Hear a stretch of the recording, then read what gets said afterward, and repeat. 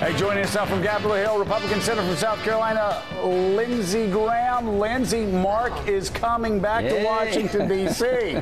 How about that? We have a 94 reunion, can't we? Yes, and we will be buying just as it was in 94. Yes, no money. This guy lives on a plantation, but he's the cheapest guy I think that I met in Washington, D.C. He gives cheap a bad name. He does give cheap a bad name. Okay, so you've said quite a few things over the past several months since September 11th about Benghazi, and you say the dam is about to break. When the dam breaks, what are you looking for here? What should Americans be looking for on these Benghazi hearings today? People who were there coming forward to say it was a terrorist attack from the get-go, that there may have been other assets in the region that could have been deployed. When the attack began, nobody knew how long it was going to last. And I think you're going to find more about the spin from the White House about the video is not going to hold water. So people who were involved in the attack are going to come forward and put it in better context. Senator, I know you have some serious concerns about exactly what happened there, and I'm just wondering, because I guess some in the White House or others who don't see your point of view would say that this has already been thoroughly investigated by the Accountability Review Board, which is chaired by Admiral Mullen and Ambassador Pickering. Does that not allay any of the concerns that you might have? Well, to be honest with you, the Accountability Review Board never talked to Secretary Clinton. These are good people who are doing it. I don't know if it's staff-driven or not, but we now know who recommended the talking points to be changed.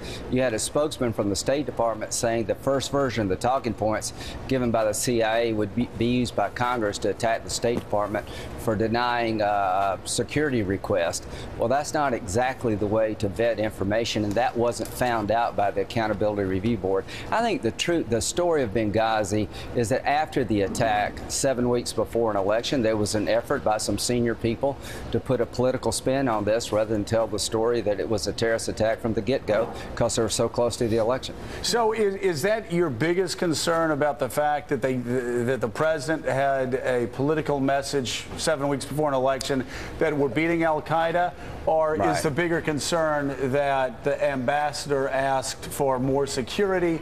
We're now hearing others ask for more security, and those requests seem to be, if not completely ignored, dismissed. My biggest concern is that this is an example of how the light footprint is not working. We understood pretty quickly, McCain and myself, when we went to Iraq, that this wasn't just a few dead enders. Remember when Secretary Cheney said, this is just a few dead enders, Iraq is really okay? Well, we had the wrong footprint. We had the wrong strategy. I see the same thing in Libya. We were there in October 2011, and you could see this coming.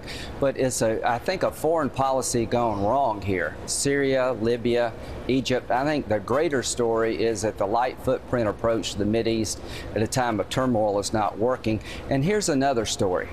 When Secretary Clinton told on the 14th of September family members, we're going to prosecute the guy who made that video, how could she possibly have said that? Either she was totally detached from reality in Benghazi or is putting political spin. And on the 18th of September, when the president went on Letterman and said this was a result of a hateful video a week after the attack, I think the president needs to explain that statement. Either he's really detached or he was putting a political spin on it, and that's important. John Meacham. Senator, given the drone policy, given the president's broad anti-terror policy over the last 5 years, where do you rank him in terms of his stewardship as commander-in-chief on the terrorism issue? I think on the drone side, he's upped his game in a very good way. He's used drones in the most effective way of any president since the technology has been deployed. We really have hurt Al-Qaeda along the tribal regions.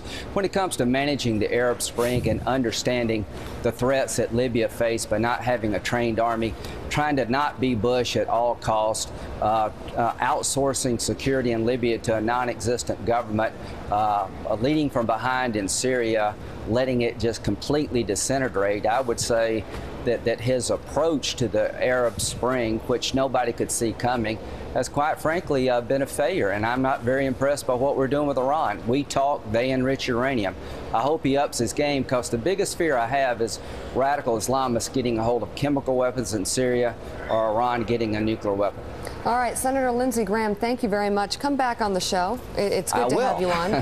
You know, the senator and I tend not to agree on things. Yeah, we don't at all. And say that loudly in South Carolina. But I'll tell you, Senator, I'll say it loud and clear. It'll help you. But you know what? It's great that you came on. It's not a bad experience. We ask questions. Our viewers are smart, and I think it's great.